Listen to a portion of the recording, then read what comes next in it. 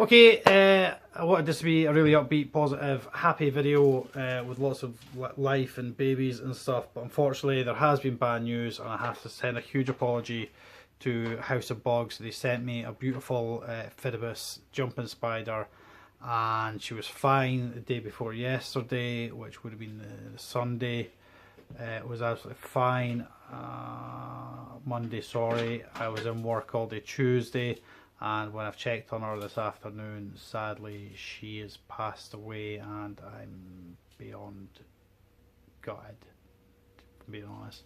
I've not had a huge amount of success with jumping spiders in the past. I was really hoping this one was going to be the one to prove me wrong and boost my confidence, but I just seem to struggle with jumping spiders. Don't know what it is, it keeps going wrong, but unfortunately she has died. I feel absolutely terrible about it.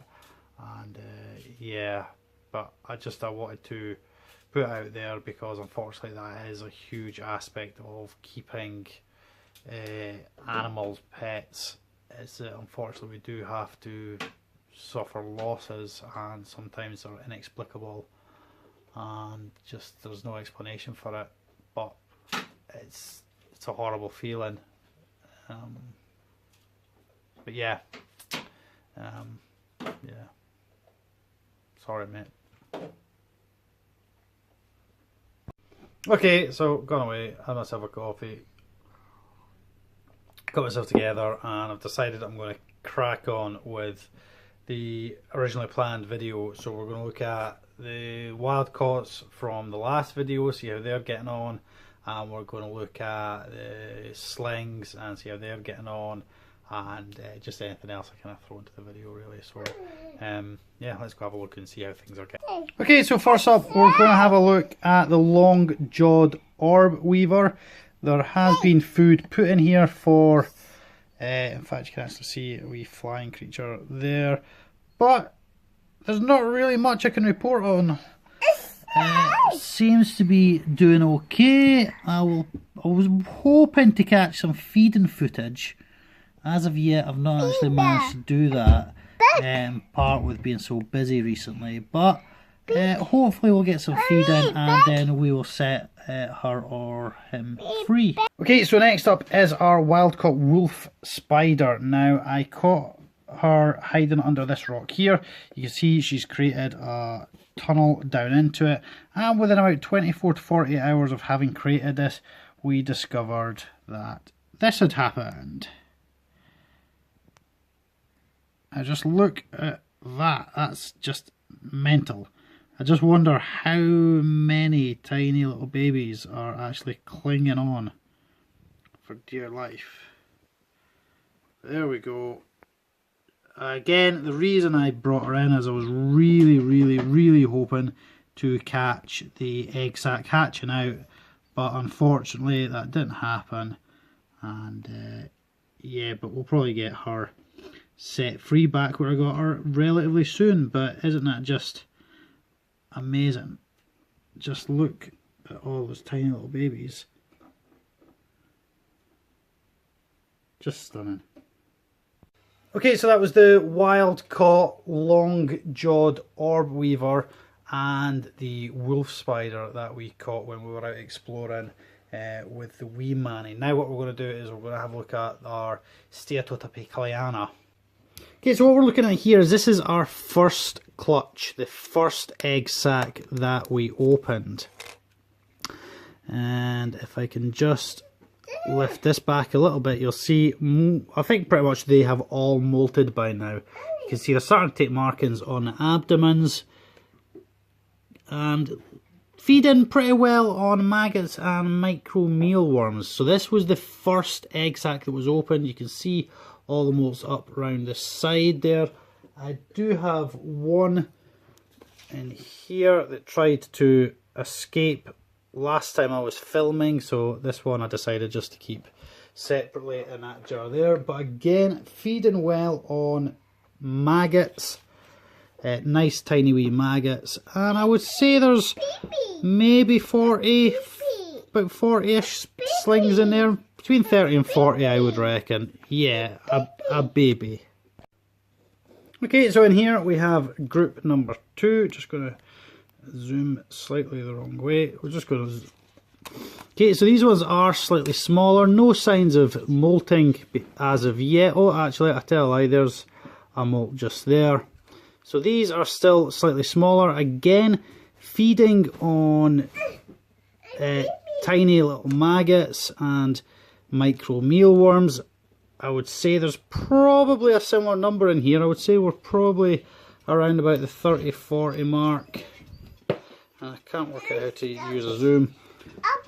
So yeah, they're doing absolutely well. Spotted a couple of molts in there.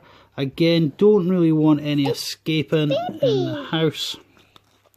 So that is the second lot that were pulled and opened up.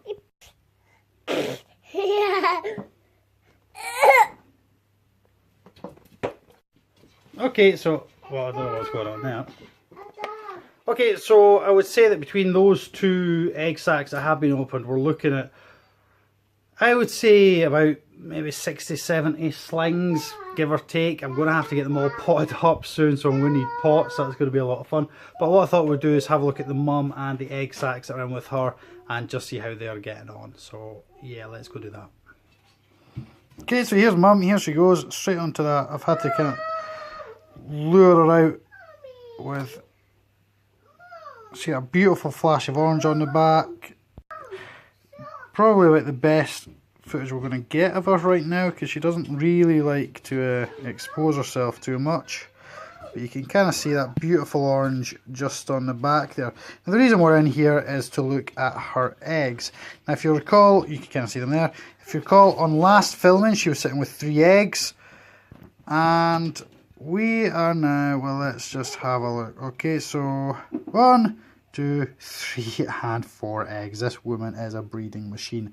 This egg right here, you can't really tell on filming, but is darkening up nicely inside and will probably be ready for opening up quite soon. You can kind of see the dark patches there into it.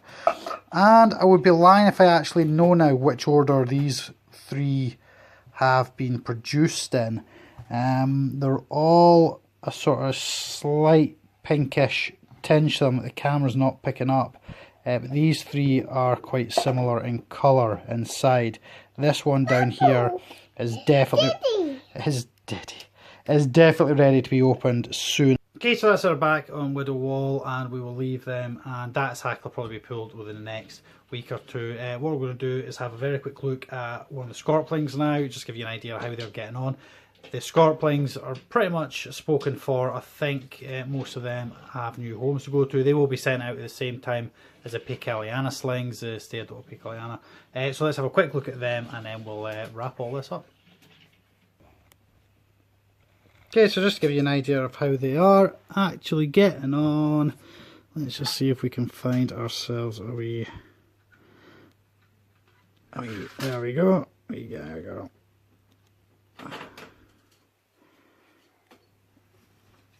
So there we go. That's the Euscorpius italicus Scorplings. As I say, most of them are spoken for and will be posted out to their new owners at the same time that the Picaliana slings are going out. But they're awesome, awesome, awesome wee scorps. Again, they've pretty much been feeding on maggots, micro mealworms and that kind of stuff. Okay, so that's pretty much it for this video. I just wanted to have a wee look and show you how the younger generations of things were getting on. So, Scorplings doing really well. The Picaliana doing really well. I'll try and get more feeding footage, some better, crisper, clearer feeding footage of those guys as they get bigger. That will be much easier. And we've had the wolf spider that has given her egg sac has hatched out. Sadly, the whole purpose of bringing her in was to try and film that process, but it went wrong, and I was hoping to catch some feeding footage of the long-jawed orb weaver, but as of yet that still escapes my grasp. Anyway, I do hope you've enjoyed. Please do like, share and subscribe, and we will see you next time. So it's a goodbye for me. Goodbye. Bye. And a goodbye from the wee man. Goodbye.